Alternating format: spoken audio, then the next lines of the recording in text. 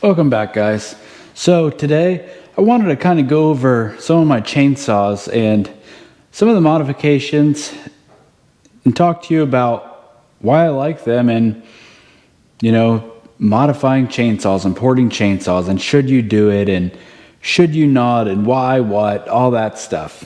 When it comes to modifying chainsaws or porting chainsaws, it's not for everyone. I like a chainsaw that's my own. I like performance. I like to have something maybe a little different. I like getting the most out of what I have, and that's why I like modifying chainsaws. The basic modifications I like on chainsaws and why, the following. If it's steel saw, I like a bark box, West Coast bark box, or you could get an Egan, or several other companies make parts for them, but they just sound good. They sound good. They make the saw, I think, flow exhaust better, get the exhaust gas out of there. I don't think it really makes a ton of difference with the steel saws. The steel muffler design is pretty good, adding the bark box a little bit maybe, but not a ton. It's more so just for the sound. Personally, I think West Coast bark box sounds the best. It's louder, but it's not too loud. There's some other covers I've heard that are much louder. The next modification is the West Coast dogs. Now, a lot of people hate these dogs and they say, I don't need dogs. I don't like them. I don't want them. And yeah, they're not for everybody. If you're not like falling trees or you're just, I guess, just general cutting, you don't need them. I don't need them myself. I like the way they look, for one. And as far as the functionality on them, one thing that I like about them is it is going to cut into your bar cut surface, right? So these stick out, probably 2 inches from the case of the chainsaw. So you're going to cut into your bar ability to cut. One thing I do like about that, though, is it keeps what you're cutting, it keeps it off of the saw. There is some saws that hardly have any dog and you're right up against it when you're cutting, and if you have a muffler that's like blowing onto the wood, it could heat up the wood. Where I live in Indiana, we have a lot of shagbark trees, shagbark hickory, and these dogs make it really nice to stick it in the bark and fell trees that way, or cut firewood, whatever. We also have a lot of ash trees, and a lot of the dead ash trees, the bark just falls right off. So if you were like trying to dog in and cut that way, the bark just falls off. So these dogs make it really nice for that reason. And I don't know if the camera catches it, but you can see where the tips of the dogs, the paint has worn off. And that's because the dogs go in the wood and, you can dog in and pry on the saw. So are dogs necessary? No, but they look really cool. And I think they're good, and I put them on my saws. So from big saws or little saws like this little top handle, I like the West Coast dogs.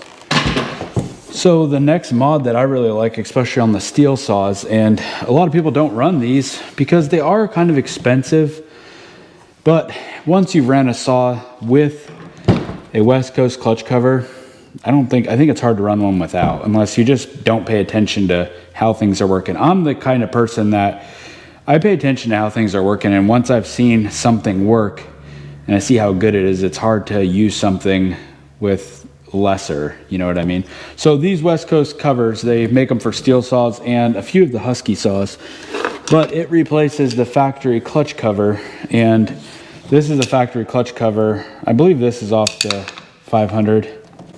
Yeah, as you can see how much bigger this cover is. And one reason they make it bigger is so it sheds chips and manages chips better. Look at this, is the chip deflector versus this little one. So a lot of times with these factory steel covers, when you're cutting, it will throw chips all over, no particular way. Like this does nothing compared to this. So this cover obviously is a lot bigger and it deflects chips a lot bigger. So one place that I really notice how this works is if you're cutting and, like, let's say you're cutting a piece of wood and it's like in front of you, like you're holding it weird. With one of these, you are just eating all of the chips, and with a nice cover like this, Either whether it's the West Coast cover or maybe it's the steel wrap handle cover, the bigger version, it's just everything's down and it's blown in a better direction. Also, if you're noodling, you know, cutting lengthwise on your firewood rounds, these get plugged up really easy and it doesn't manage the chips good. These, they manage all the noodles a lot better and it just works really nice. And aside from that, it's unique. It looks cool. Like when I started the video, it's part of it. Like I want something to look unique. So that brings me to my next one. I like the black top. Like steel chainsaws are so common. Everybody has a 500i, a 462, a 400, a 261. That I like to have something that looks a little different. So when I got my saws modified, I got these plastics dyed black, and I think it just gives a little extra. So next version, I have my Husqvarna 572 here, and it's modified the same way. It's got the West Coast cover, dogs, and this one I have a Sugihara bar on. This one, the Husqvarna saws, like I said with the steel saws, they flow pretty good. The exhausts don't make a huge difference. With the 5 Series Husqvarna saws, an exhaust makes a huge difference, I think. Huge difference. There's some videos that Novice Lumberjack has, and he's done videos where he uses a stock pipe and then puts his aftermarket pipe on it, ported muffler. Big difference. This 572 Husqvarna, this one has a Steadfast Forestry muffler, completely different muffler, and it sounds really good, but it really performs just as good as a modified Husqvarna stock pipe. But if you ever take apart a Husqvarna 5 Series muffler and you like look into it and you're like, how does that thing even flow? There is so many baffles in there. And my brother had a 572 and I took all the baffles out of it and then I put a top cap on it, and that changed the saw so much. It wasn't like ported power or anything, but it flowed a lot better. It wasn't super loud, but it really seemed to have a lot more power. So yeah, with the Husqvarnas, they use a one-piece muffler, so you can't just change the muffler cover like you can a steel. You have to change the whole muffler, or you have to just modify the factory one and get rid of all the baffles. So I opted on my Husqvarna saws, I just put Steadfast Forestry pipes on them, and I like the way they sound and they work really good. With the Husqvarna, the clutch cover isn't as big of a deal. Like I said, this is a clutch cover off a 70cc steel. As you can see, it's really small. Chip deflector is crap. This is a stock cover off a 572. So yeah, huge difference in chip deflection as far as, you know, how this handles chips coming off the bottom and out versus this. Like this is impressive. For all the crap steel people talk about the Husqvarna chainsaws, if there's one thing steel cannot make very well, it's one of these. And for everyone that has a steel saw and they said, oh, I've never had a problem with it. Yeah, well, if you never run something else, yeah, you're probably never going to know the difference. But if you run both side by side, there is a big difference. All right, so we've gone over the basic chainsaw modifications. And next I want to talk about porting. Why would you port your chainsaw? What is the benefits that myself as a firewood cutter have found? What are the downsides? What are the common myths that are myths? We'll leave it at that. So the first thing that I always hear people say when they talk about porting their chainsaw is they say, I don't want to port my chainsaw because it's loud. Well, if you have a bark box on your steel and then you port your chainsaw, it's really not going to be much louder. So that one's out the window. If you have a Husqvarna 5 Series and let's say you have a 592 and you're like, well, I run a 592, I don't want to port my 572 because I don't want it loud. Well, Husqvarna 592s are extremely loud from the factory. So a modified muffler 572, I would say, is no louder than a stock 592. So that one's out the window. People say that if you port a chainsaw, it's not going to last as long. In my mind, and in my opinion, a ported chainsaw is going to last just as long as a stock chainsaw if you take care of it. You know, if you have a stock chainsaw and you run crappy oil, you never clean the air filter, you just run tank after tank after tank, it's probably not going to last as long as if you run a really good oil, you clean the air filter. You see what I'm saying? If you treat both of them the exact same way and you have your saw ported or modified by a reputable person that knows what they're doing, that has done several of these, I have no doubt that a ported chainsaw will last. I mean, professional timber cutters that cut every day, they all run ported chainsaws. I mean, I can't speak for, in my region. I know in my region there's several people that run ported chainsaws. But out west, like the serious timber cutters out there that cut giant trees, they all run ported chainsaws. I don't think there's very many stock saws out there, because those people, they climb giant hills and mountains, and their idea of a chainsaw is the lightest power head with the biggest bar. Like, they don't want to tote a 90cc saw or a big steel A81 around to use a 42-inch bar. They want to port their 500i, and they want to run a big bar on it because the saw is lighter. They got to carry it all day. They don't want to carry a 40-pound boat anchor saw around. They want to carry the lightest saw. So as far as like how long it's going to last, I don't see that argument with it.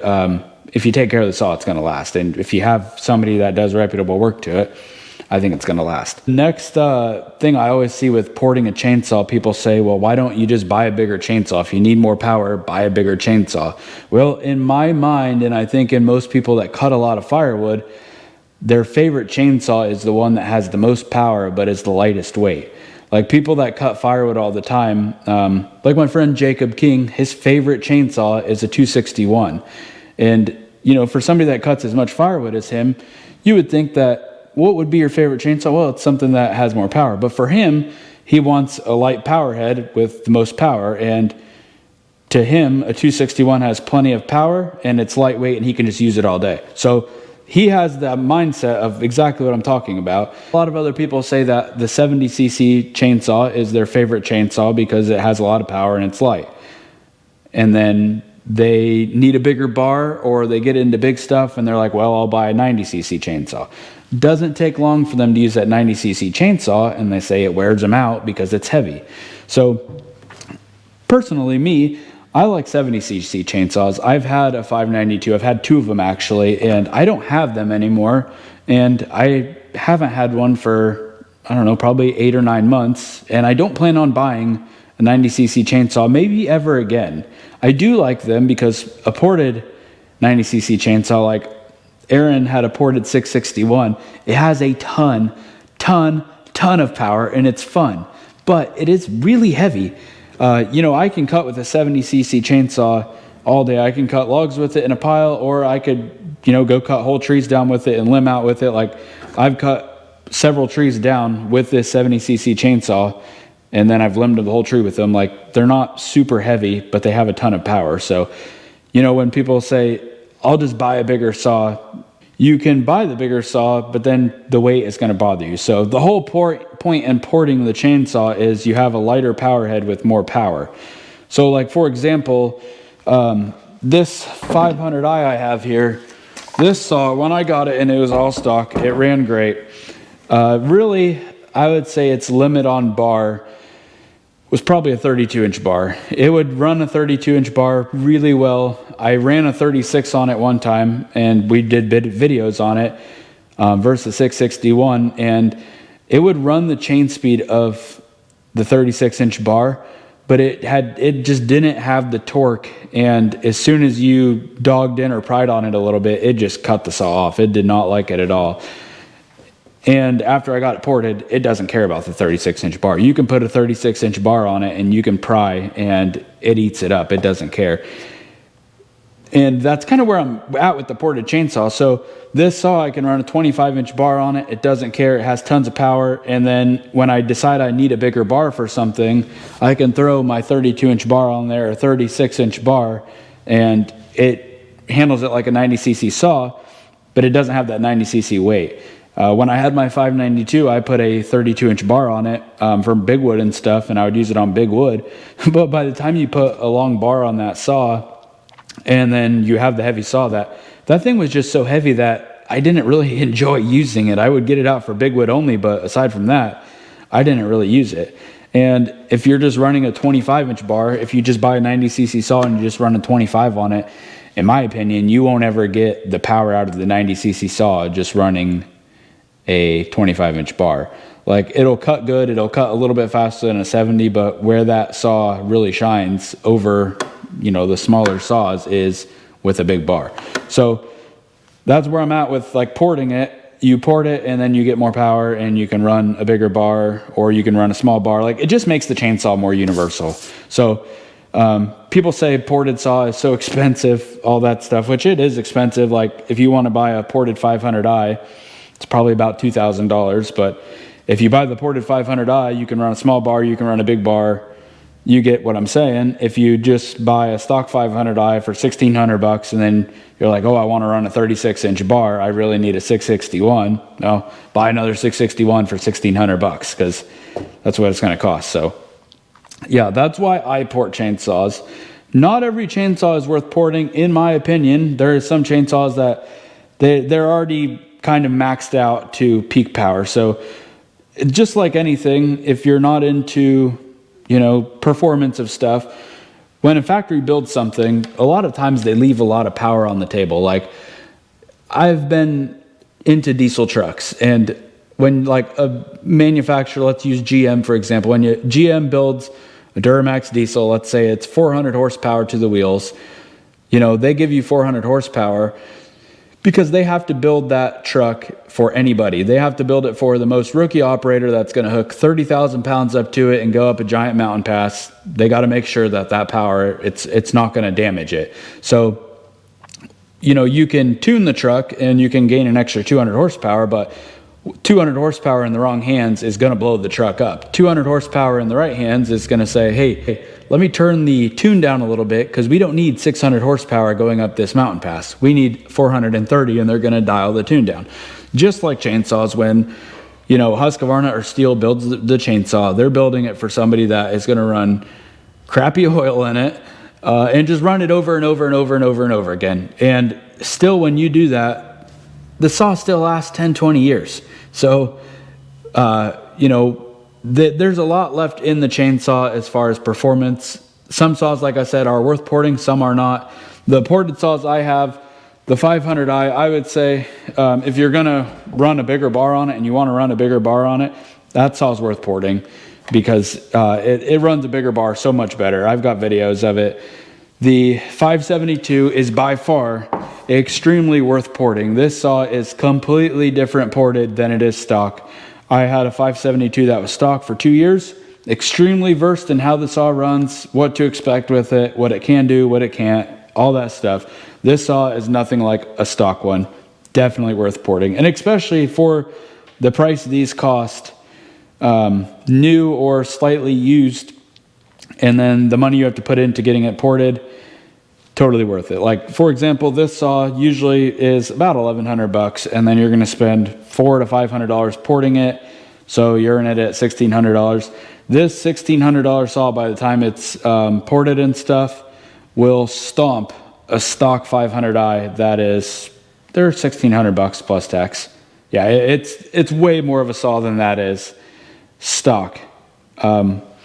Once they're both ported, to be honest, I think they're very, very, very similar saws. Like, power-wise, a ported 462 and a ported 500i. I think the 500i is a little bit more powerful, but not by a ton. My next saw that I have that's ported is this 462, and the 462, I want to say it's borderline worth porting. It just depends, I guess. I'll say it is worth porting. Yeah, it is worth porting because a ported 462 will outcut a stock 500i. So if you're like, I want the lighter saw, the 462, I want the better air filtration of the 462, because the 462 does, in my opinion, I'm not a professional, okay? The 462 does have a better air filtration than the 500i. So if you're like, I want all these features of the 462, the lightweight, the air filtration, I think they run a stock 462, in my opinion, in my hands, runs better than a stock 500i. A stock 500i does like to four stroke. It doesn't always run at peak performance. A 462 is consistent every time. It runs peak performance. Good saw. So if you were like, I want all of the good features of the 462, everything I love about it, but I want more power than a stock 500i, or I want similar power to a stock 500i, 462. Worth porting, okay? You're not going to see, I don't think you see as big of gains out of a stock 462 as you do a stock 572.